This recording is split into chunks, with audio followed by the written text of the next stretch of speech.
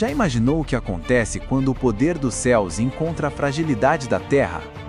Como o destino de toda a humanidade poderia ser alterado por um único evento, ocorrido em um pequeno e modesto vilarejo? E se o maior rei que o mundo já conheceu não nascesse em um palácio de ouro, mas em um lugar frio, sujo e sem honra? A história do nascimento de Jesus Cristo é mais do que um conto de Natal, é o ponto de virada da história, um evento que desafiou todas as expectativas e redefiniu a forma como entendemos o amor, a humildade e a salvação. Prepare-se para embarcar em uma jornada no tempo e testemunhar o milagre que ecoa através dos séculos. Antes de mergulharmos nessa história, não se esqueçam de deixar o like para mostrar seu apoio, se inscrever no canal e ativar o sininho para não perder nenhum dos nossos próximos vídeos. Agora, sem mais delongas, vamos começar.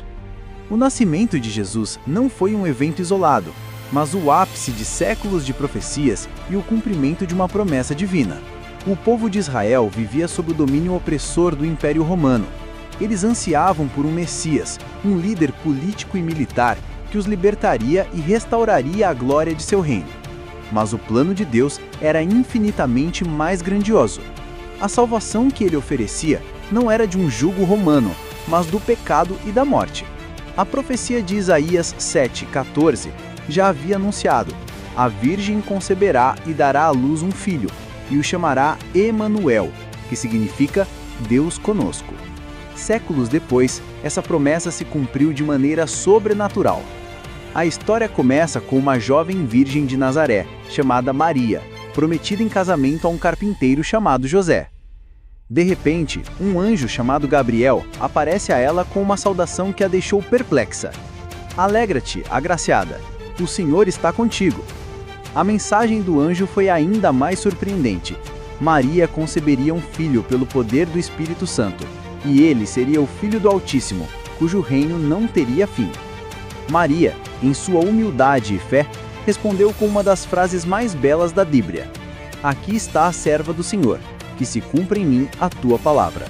Lucas 1:38. Essa foi a primeira grande lição do Natal, a obediência à voz de Deus em face do impossível. A concepção virginal era algo sem precedentes na história, e as consequências sociais e pessoais para Maria e José eram imensas. A sociedade da época era extremamente rígida, e a gravidez de Maria antes do casamento a expunha a grave escândalo e até mesmo à morte por apedrejamento. José, um homem justo, ao saber da gravidez, decidiu romper o noivado em segredo para não a expor publicamente. Mas em um sonho, um anjo do Senhor apareceu a ele e confirmou a história de Maria, instruindo-o a recebê-la como sua esposa, pois o que nela havia sido gerado era do Espírito Santo. José, em um ato de fé e amor, obedeceu. O amor e a confiança entre eles foram testados e fortalecidos pela providência divina. Naquela época, o imperador romano César Augusto emitiu um decreto para que um censo fosse realizado em todo o império. Cada pessoa deveria ir à sua cidade de origem para ser registrada. José, sendo da linhagem de Davi, teve que viajar com Maria, de Nazaré, na Galileia, para Belém, na Judéia, a cidade de Davi. A viagem de aproximadamente 145 quilômetros era longa, cansativa e perigosa, especialmente para uma mulher grávida em estágio avançado. Eles viajaram a pé, ou talvez em um pequeno animal de carga, enfrentando estradas poeirentas e um cenário montanhoso. A profecia de Miqueias 5:2 já havia predito: mas tu, Belém, Efrata, ainda que pequena entre os clãs de Judá, de ti sairá para mim aquele que há de ser o governante sobre Israel. O decreto de um imperador pagão, sem saber, estava sendo usado para cumprir a promessa feita a Israel séculos antes.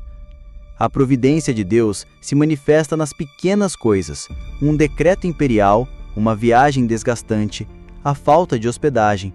Tudo isso foi orquestrado para que o nascimento do Salvador acontecesse no local exato predito nas Escrituras. Ao chegarem a Belém, a cidade estava superlotada por causa do censo. A narrativa de Lucas 2:7 é icônica em sua simplicidade. E ela deu à luz o seu primogênito, e o envolveu em panos e o deitou numa manjedoura, porque não havia lugar para eles na estalagem. A manjedoura era o coxo onde a comida dos animais era colocada. Este humilde e inesperado berço se tornou o trono do Rei da Glória.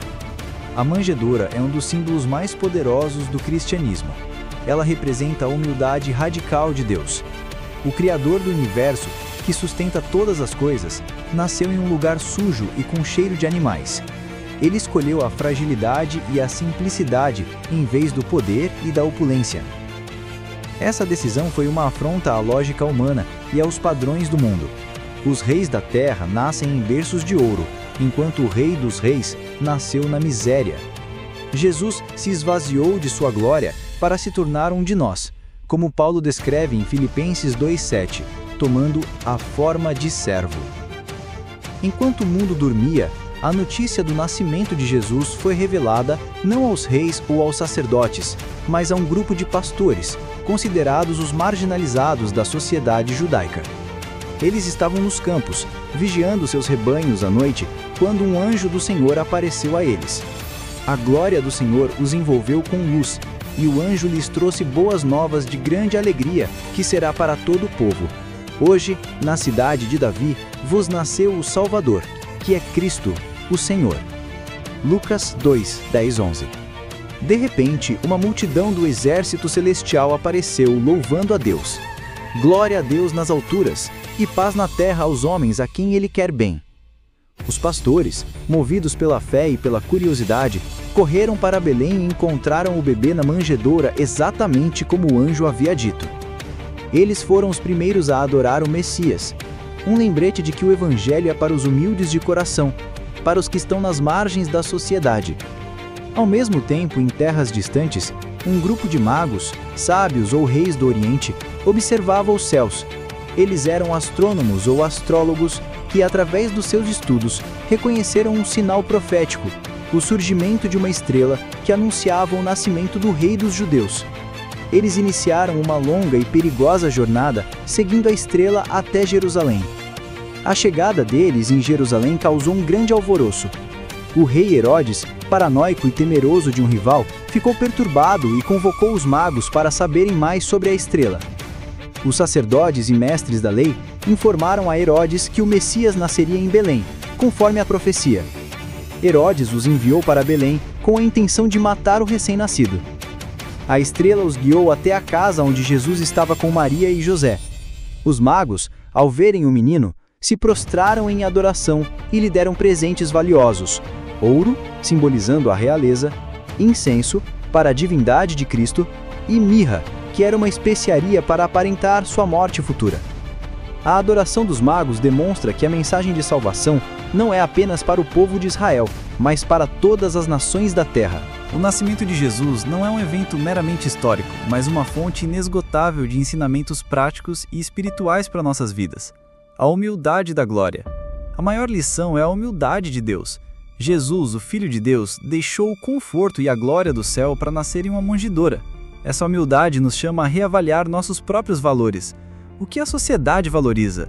Poder, riqueza, status, é o oposto do que Deus valoriza: humildade, serviço e coração de servo. Como podemos aplicar isso? Sendo mais humildes em nossas interações, valorizando as pessoas ao nosso redor mais do que o nosso próprio sucesso e encontrando alegria em servir e não em sermos servidos. Fidelidade em meio ao improvável. A história de Maria e José nos ensina a confiar em Deus mesmo quando a situação parece ilógica ou socialmente constrangedora. Maria aceitou uma gravidez que poderia ter custado sua reputação e sua vida. José, com fé, aceitou um filho que não era dele. A obediência deles nos inspira a confiar nos planos de Deus, mesmo quando não os entendemos completamente. A adoração dos simples e sábios. Os pastores e os magos, representando os humildes e os instruídos, se uniram para adorar o rei. Isso mostra que o evangelho é para todos, independentemente de sua posição social ou intelectual. A adoração verdadeira é universal. A lição é que todos nós, com nossas diferentes vidas e experiências, somos chamados a nos ajoelhar diante de Cristo e oferecer o que temos de mais valioso, a nossa vida. O tempo de Deus é perfeito. A história nos mostra que Deus tem um plano e um cronograma perfeitos. O censo de César Augusto, o que para Maria e José era um grande incômodo, foi usado por Deus para cumprir uma profecia de séculos. A vida pode parecer cheia de atrasos e obstáculos, mas a história de Jesus nos lembra que Deus está no controle e está usando cada detalhe para os seus propósitos. Amados irmãos e irmãs, que a história do Natal não seja apenas uma memória anual, mas uma verdade que vive em nossos corações todos os dias. Que a humildade da manjedoura nos inspire a amar o próximo de forma genuína, a humildade de José nos encoraje a ser obedientes e a fé de Maria nos ajude a dizer sim para a vontade de Deus. Lembre-se que o nosso Salvador nasceu não para ser servido, mas para servir e dar a sua vida por nós. Ele veio ao mundo para trazer paz aos homens de boa vontade. Que essa paz, que excede todo o entendimento, inunde seus corações. Que você seja um reflexo do amor de Cristo em todas as suas ações. Aquele que nasceu na manjedoura, hoje vive em nossos corações. Que a graça e o amor de Deus estejam com cada um de vocês, agora e para sempre. Amém.